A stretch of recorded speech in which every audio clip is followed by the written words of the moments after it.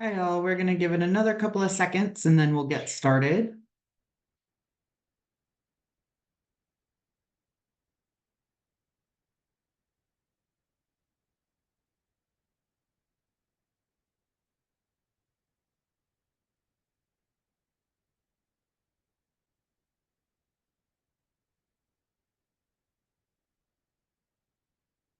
Thanks, Allie.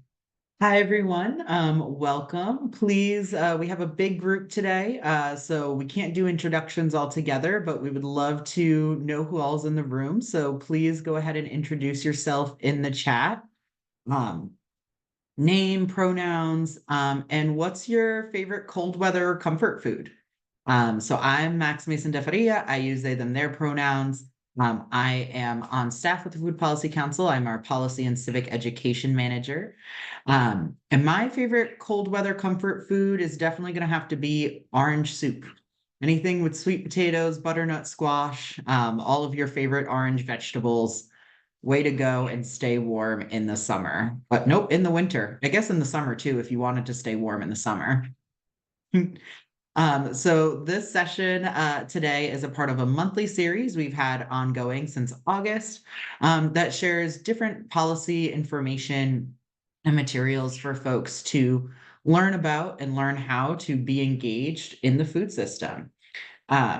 So today we will be talking about the 2025 Food System Factbook.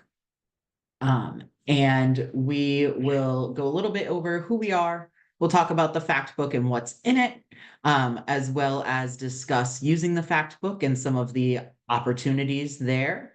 And then we'll have plenty of time at the end for question and answers and other things popping up for you all as you listen to us today. So to kick us off, who is RIFPC? So RIFPC is Rhode Island's only food policy council. Our mission is to build an equitable, accessible, economically vibrant, and environmentally sustainable food system for all Rhode Islanders. We're an independent nonprofit. We're a 501c3, and we are independent from all state and political bodies. This allows us to stay flexible to the needs and issues that arise in our advocacy. And all of our advocacy and our work is driven by our volunteers. We have a small staff. As I mentioned, I'm on staff, and a small board of directors leading our organization. But for folks who want to get involved with the Food Policy Council, it really is all volunteer led. And with that, I want to ground our conversation today in our commitment to equity. So to achieve the mission, we recognize that equity is a critical component to all the work that we do. And so our commitment to equity is rooted in this experience. So it says RIFPC recognizes the fact that many negative impacts of Rhode Island's current food system are grounded in a history of colonialism, genocide of Indigenous people, slavery, private ownership of land, and the concentration of wealth and power in the hands of too few. We also recognize that people with visible and non-apparent disabilities are among the most marginalized groups in our country. RIFPC believes that when power shifts to be shared more equitably across our communities and our state, we transform our future together for generations to come. So as we're listening and learning today, I always love to make sure that we keep this commitment to equity front of mind as we think through what these data points mean for the people actually in our state and on the ground, and what it means for our advocacy going forward. And with that, RIFPC works in a couple of key areas. So we have three core issues. The first is food access and nutrition security, led by our program director in that area, Rachel Newman Green. Second, we have food business and economic development, led by Rosie. And finally, we have food, climate, and environment, led by Isaac on our team. And those three areas work in three sort of primary ways. So we work in projects, partnerships, and policy. So projects are various programs that we run, such as supporting produce prescription programs or business support and technical assistance. Partnerships include partnering with community-based organizations, industry members, other nonprofits, state agencies, and elected officials to create the change we want to see. And all of that we do through the lens of policy, recognizing that policy has a huge impact on the ways that our state works and the ways that it will work in the future. And so with that, it's my great pleasure to turn us over to Nessa, who will introduce the Food System Factbook. Nessa. Thanks so much, Max. Can you hear me okay? Perfect. Excellent. Okay, thank you all so much for joining us today for the Rhode Island Food System Factbook 2025 launch. We are thrilled to have you on this call. You are all representing a large and important set of entities.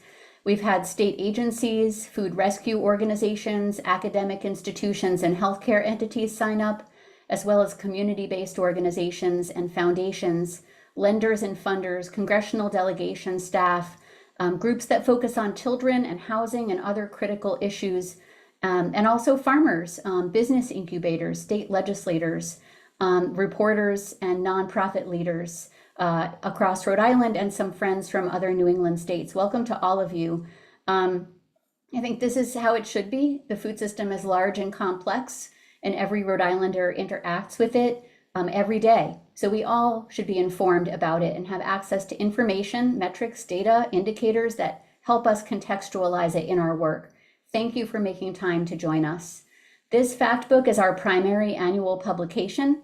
It provides a data-driven snapshot incorporating the best available research and tracking the progress of about 40 indicators across 5 different areas. We'll go over each of them, but they are food economy, food access and nutrition security, agriculture and land use, commercial fisheries and aquaculture, and climate change.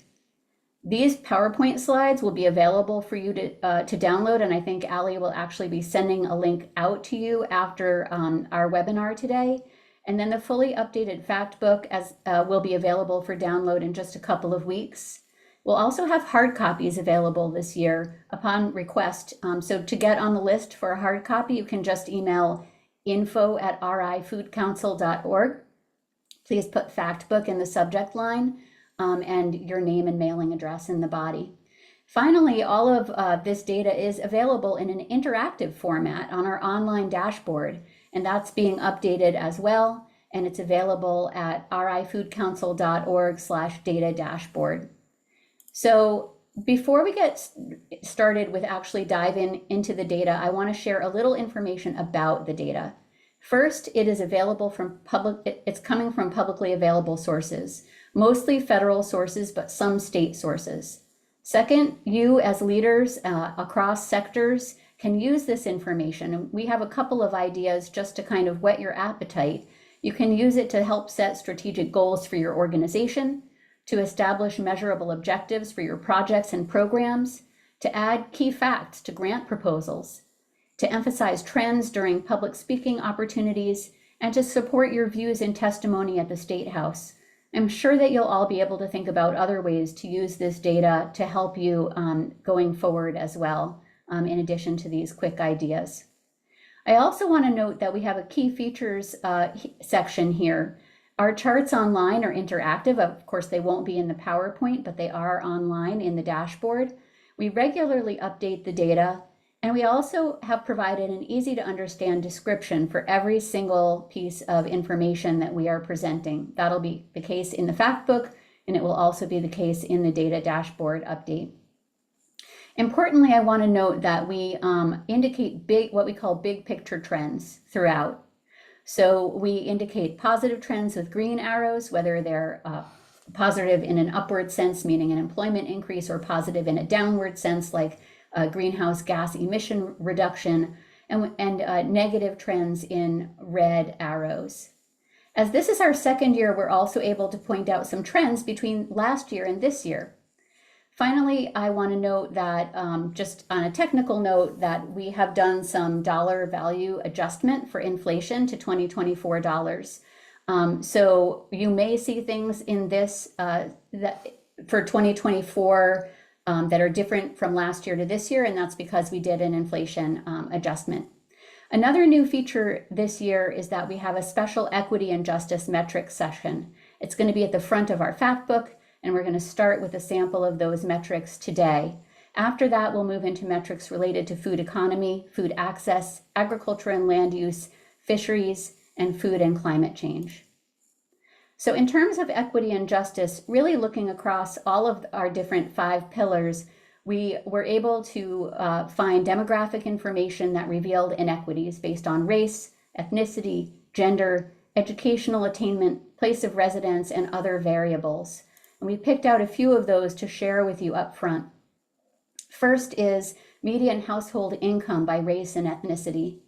Here I'd like to highlight that while white households' median income in Rhode Island is nearing $100,000 per year, Black and Hispanic household income are both under $60,000 per year. Another indicator related to equity and justice is poverty information. So this is poverty status over the past 12 months of families by race and ethnicity.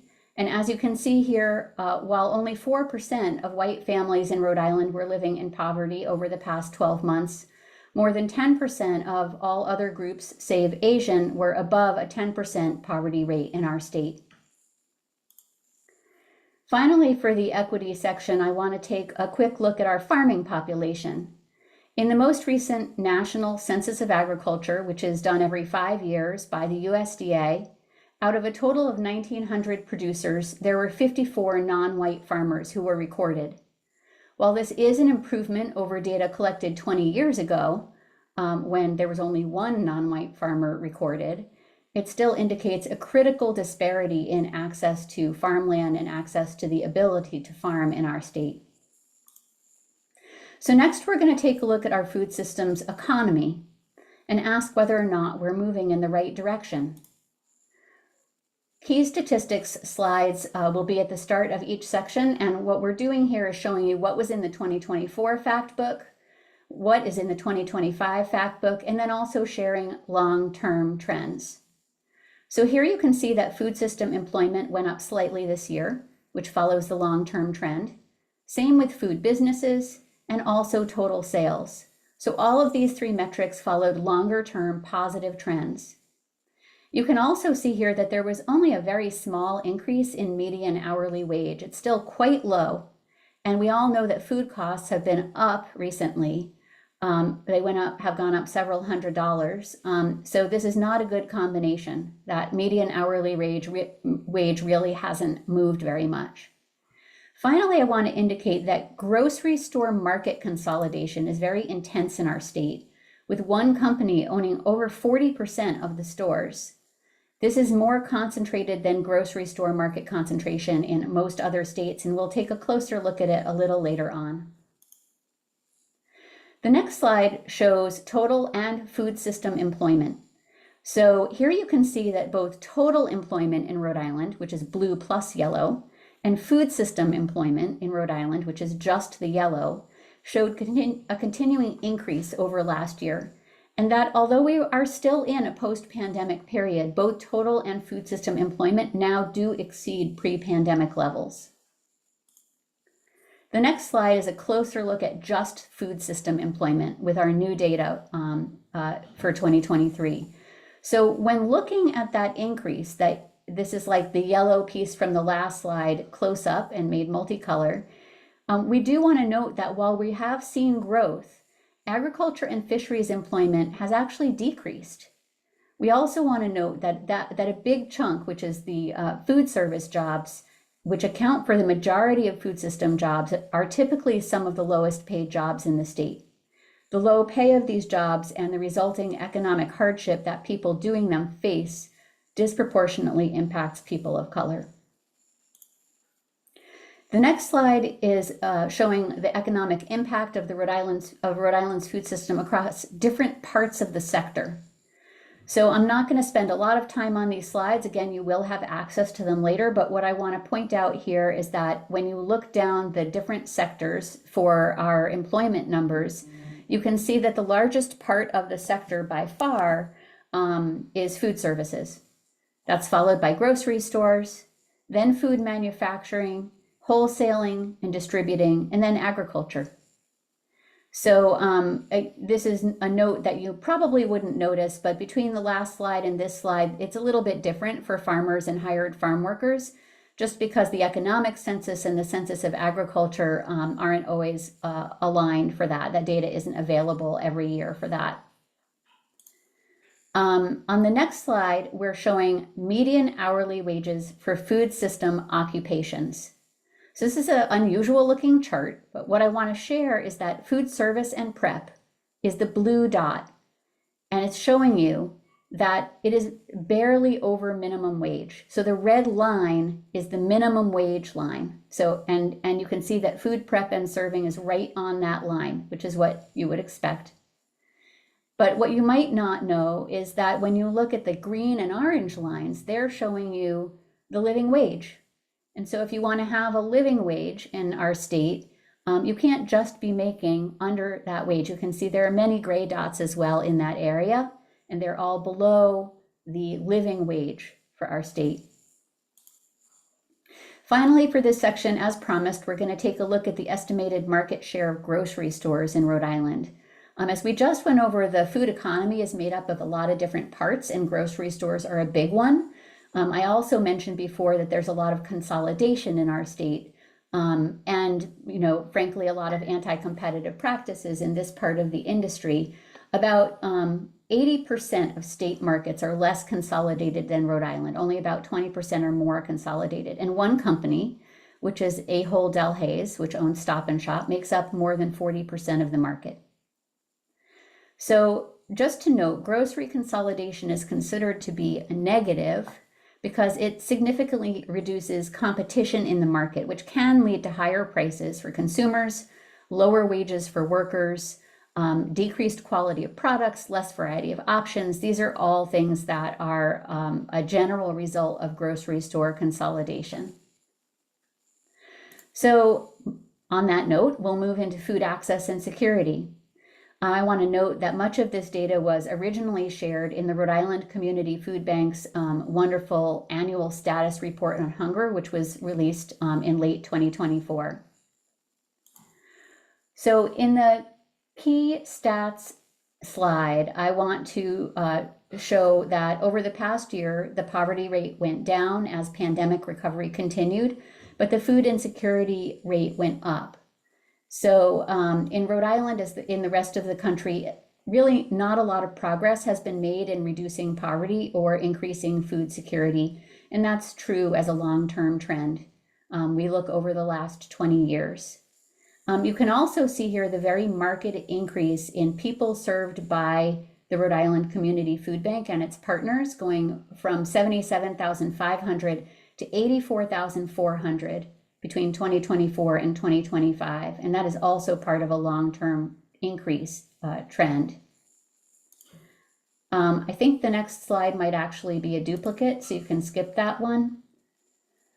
And this slide is sharing a little bit in a little bit of a different way that intractable nature of poverty and food insecurity in Rhode Island. This is similar to other states. So the convergence of the lines that you see in the most recent year of data that we just added indicates, as you're seeing the poverty level go down, the percent of food insecurity going up, high food costs are contributing to that convergence. And finally, I want to share in a different way, a more graphic way, the average number of people served by the charitable food system as measured by the Rhode Island Community Food Bank. So you can see that really in the last report, it was a record number of people served by that charitable food system. Next, we're going to move on to agriculture and land use. And our key stats section here shows kind of a mixed bag when you look at those long-term trends. So major land inventory went down. The number of acres went up from last year's fact book, but the overall trend is certainly down. I also want to note that where you do see some increases within that larger trend, they're generally in woodland, which isn't usually producing food except for some grazing and a little bit of maple syrup production. You can also see here that farmland value per acre continues to rise. We have the most expensive farmland per acre average in the country, making it unaffordable for many who want to start farming or to expand farming to afford land. You will also note that our total sales jumped pretty significantly. This was primarily a jump in sales from nurseries, however. That's the largest category of farm sales in Rhode Island. And so usually those aren't products that people are actually eating. So in sum, I think for the agriculture and land use key statistics, we want to note the fundamentals here are staying the same. You can see change in trends over time, but agricultural land is expensive. The vast majority of farmers are white, and we have a small number of acres because we have a small state, and many of those acres continue to be in non-food agricultural production. So the next slide shows major agricultural land uses in Rhode Island, and this is a long horizon slide. We just wanted to show you that it has been a really drastic decrease in agricultural land over time, and you can see that that continues today.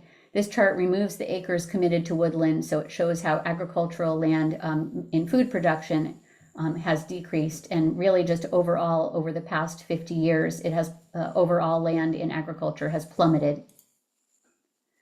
This graph shows a breakdown of uses of land in agriculture. So woodland being the largest in green, and then you have cropland and pasture second in yellow, farmsteads in orange, and pasture land in blue. So this also shows the general decline in acres over the last 5 Census of Agriculture reports. And again, those are done every 5 years.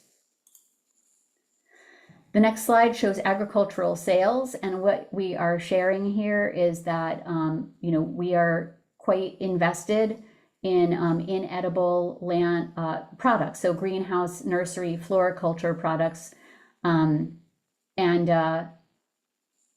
I think that's all I'll share about this slide for now on agricultural sales. The next one, I do want to spend a little bit of time on number of farms and sales by economic class. So on the left, you're seeing the number of farms. On the right, you're seeing the number of sales. So you can see here that on the left chart, we have over 1,000 farms in Rhode Island. They're not all equal. The majority of them make less than $10,000 a year. Then there are 22 that are making more than $1 million. That little purple bar in the left chart. So then when you go to the right chart, you can see that those 22 farms, 2% of the farmers, are making up about 50% of all the sales. So it's hard to be a small farmer anywhere, and it's hard, and that includes Rhode Island. The next section, we're going to talk about commercial fisheries and aquaculture, such an important piece of our overall picture here in the Ocean State. And on our key statistics slide, you can see that here it looks like the landings have gone up from last year to this year, but the overall trend is down, clearly down. And this is also the same with sales, that the trend is down. You can, however, see considerable growth in aquaculture, both in terms of acres and in terms of sales. The next slide shows you commercial seafood landings from 2002 up to 2023. The big gray bar at the top is just kind of all others. So don't worry about that one specifically. It's just we have very diverse ports here. And so we have an other section in addition to the specific species that we wanted to share information about. So you can see if you look at the dark blue and the light blue together, those are longfin and shortfin squid, and they are making up the biggest amount of the total, except for the other category. You can also see that we have had a drop off in landings over time, but that they have held more steady in the past decade or so than they have looking over the last 20 years. The next slide shares the value, so the dollar value of commercial seafood landings, and it's similar to the last slide in that the gray bar at the top is for just a mishmash of many different species. And you can see here as well that the value has gone down from over time, but it seems strong and consistent, except for a dip during COVID when many markets were shut down. This is our slide sharing information about aquaculture production, both in terms of acres and value of sales and with a graphic perspective. And you can see here that During COVID, there was a dip in the value of sales because most people eat oysters in restaurants and not at home. But production has continued to increase over time. And finally, this data is old. It's actually almost a decade old now, but it's the only data we have for gross sales in Rhode Island's seafood sector. And it shares how the sector was divided up across the supply chain, with wholesalers making around half of the sales. So we don't have current plans. We don't know of current plans to update this information, but we still feel like it's a useful image to share. And then finally, we're going to talk a little bit about the climate change section. Going to the key statistics slide, this overall is sharing very sobering data about air temperature, water temperature, and the amount of food waste we're putting into our landfill. And for those that don't know, when we put food waste into the landfill, it emits methane, which is a very potent greenhouse gas. So our greenhouse gas emissions do continue to decrease slightly. We're going to show you that in graphic form on the next slide. And our air and water temperatures continue to fluctuate by year, but overall they are showing an upward trend. The next chart shows, using DEM data, shows our progress so far in reaching our state goal to reach our 2040 mandate to reduce greenhouse gases. This has been updated with the most recent data from DEM. And the gray area that is, going into the future is the trajectory that is required to meet our Act on Climate mandates. The next slide is simply showing average annual temperatures. These are air temperatures. On the dashboard, we also have water temperatures. And what we've done here is color in the most recent years, simply to show you that they are bunched at the top, indicating that we have had many record-breaking warm years in the very recent past. Final data slide I'm going to be showing you, and then we can move into questions and answers. This is another older data point, but it's still relevant. A 2015 waste characterization study of our state's central landfill showed that food waste, including vegetative food waste and protein food waste, is the top single material in our municipal waste stream when you put them together. Again, this waste generates potent greenhouse gases, and there is something else to do with it. Excess food could be donated for people who need food, and the food that is actually scraps and food waste could be composted and turned into rich soil for our farms and our gardens, if we can build up the infrastructure and education level and support needed to make that happen. So that is the final slide of the update deck. I do also want to note that in addition to the state level data that I've been sharing, the Rhode Island Food Policy Council also provides municipal fact sheets. So for every city and every town, we provide a downloadable PDF that shares information across food access and nutrition security, food, climate and environment, and food business and economic development in this nice downloadable PDF form. This data has been updated for 2025. It is also coming primarily from government and some from nonprofit organizations. And we do have some new metrics as well in terms of number of urban farms and dollar value of schools purchasing local food. So with that, I think we are happy to answer any questions that you all have. And I realize some may have been put into the chat while I was talking. And I'm sure that there are some questions that may be better answered by other people. And if you're a person who can answer a question better than I can, I welcome you to come off chat. So Max or Ali, do you see any questions that are in the chat at this point? Yeah, so we have one question from Greg that says, when do we stop counting non-food businesses as farms? I'm not sure I quite understand the question. Maybe Greg, if you want to come off mute and explain it a little bit more, that'd be useful. Yeah, we're seeing that most of the farms in this state, or at least the big ones, don't produce any food. They're just producing landscaping materials, and those kinds of things, which are fine in itself. But, if we're really interested in food security, they don't contribute anything to food security, particularly. So I was just, I mean, it's kind of like I'm not sure it makes a huge difference, but if we're going to talk about farms, let's talk about farms that produce food rather than farms that produce landscape materials. That's all. Yeah, I think that's a really good point, Greg. Thank you for bringing it up. It is hard to kind of get into the granular detail of the data in a static PowerPoint slide or a static image in a downloadable PDF.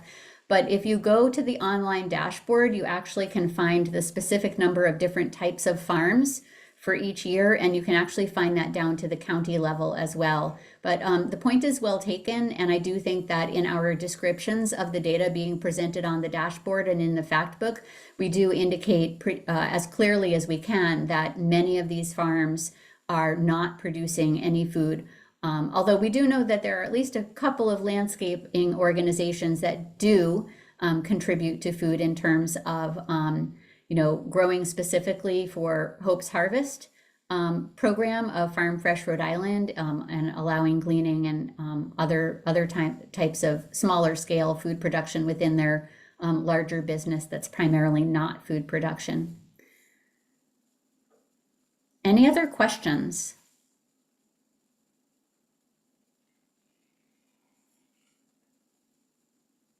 I know it's a lot of information. I know Ali is going to be sharing out the deck, a PDF of the deck pretty soon, but you'll be able to dive into the fact book. It'll be downloadable online also in the next week or so. And then the dashboard itself is always there for you. You can see what's been updated. A lot of it has already been updated. We will be doing another round of updates, but that is always there for you.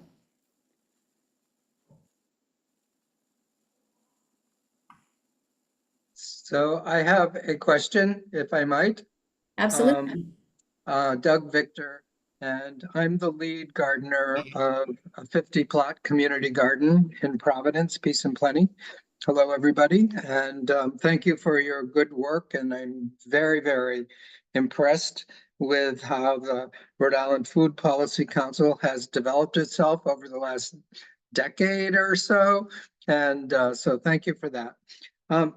One question I have is when you're identifying farmers and numbers of farmers, what is the definition, the criteria for definition of that? I ask that because within the community garden that I'm involved in, only the one, there are several who are market gardeners, and they're marketing in various ways, often at farmers markets, et cetera.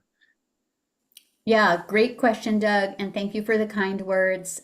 It sounds like you're doing really wonderful work as well, and I would love to know more about it.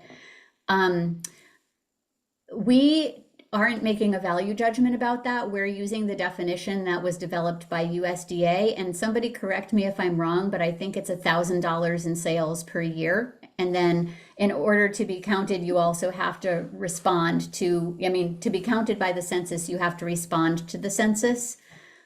So they would also have to be filling out something, probably with the state, indicating that they're a farm, and then responding to the census in order to be accounted for in the census. But in terms of a definition, I believe that you have to be making at least $1,000 in a year in agricultural sales. Anybody from DEM Ag Division on, or I think that's right. So I'm wondering if I might, how adhering to that definition is marginalizing and not counting people who are already contributing in maybe smaller ways, but also maybe they're not responding to the kind of documentation you're looking at because of a language barrier, because of immigration issues, et cetera, et cetera. I'm just concerned that we have people who are growing food who are not being recognized, and I think there are a lot of them. Yeah. And yep. so that's my point. Absolutely. Thank you. Point is really well taken. I do want to note that we agree with you, and we did a pretty comprehensive project to try and understand all of the urban growers and those who are selling any amount of food to their neighbors or others in their community. And we have updated that is part of the update of the municipal fact sheets that I mentioned in that last slide, that urban farmers are being counted on those PDFs. And that is not limited by amount of sales. Those are metrics that were collected and aggregated. And if you weren't part of that conversation and you have market gardeners, then please reach out to Max so we can make sure that everybody who's selling any amount of food as a farmer is counted in those municipal fact sheets going forward. Because when we're collecting our data, we don't, limit we don't use that definition in our dashboard. We do, because we use primarily federal data sets. So we're stuck with their definition because that's their data. Thank you. Thank you very much, Doug. And I'd be happy to chat about this with you more. And I'm sure Max would, as well, as the gatekeeper of our municipal fact sheet stuff. Okay. And I don't know who's next. I know there's some in the chat, and I see Danny. Dr. Ritchie has her hand up as well. People in the chat probably had their questions first, because I've been pretty slow to it, so I don't know if anybody. Yeah, I'll ask one a little bit after that. Okay, Max, what's the next question? Yeah, so we have a question from Maggie in the chat asking, will you update to USDA Census 2022 data? I Yes. assume that's around the Census of Agriculture. You mean in the dashboard? Yes, that is what I meant. Yes, I think some of them have already been updated on the dashboard, and all of them will be in a relatively short period of time. Okay, amazing. Thank you. Absolutely.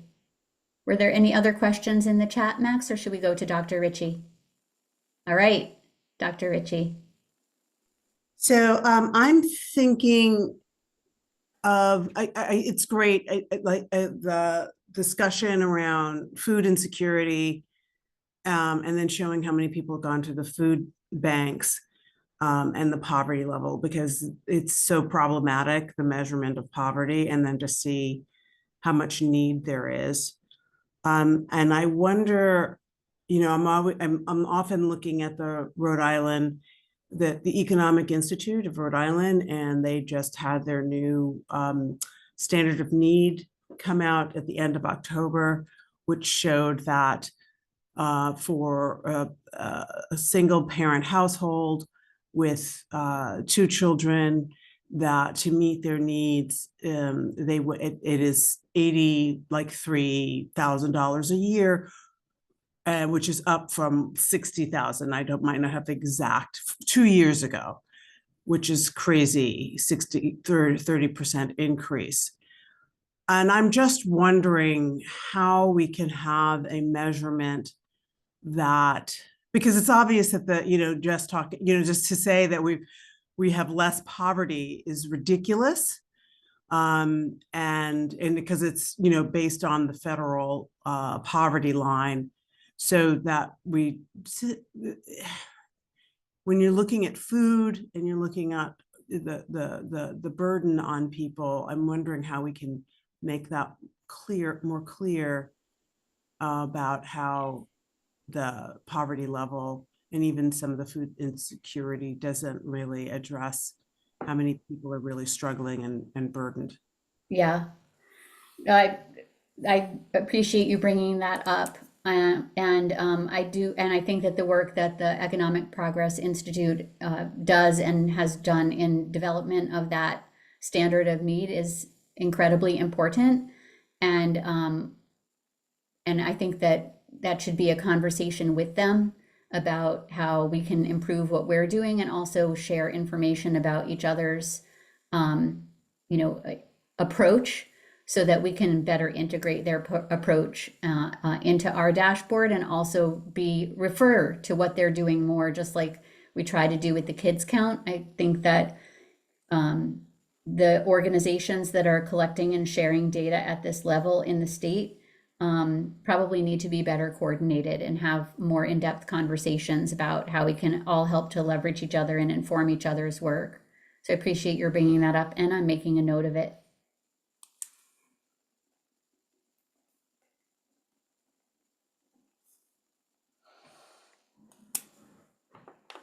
Any other questions? Comments?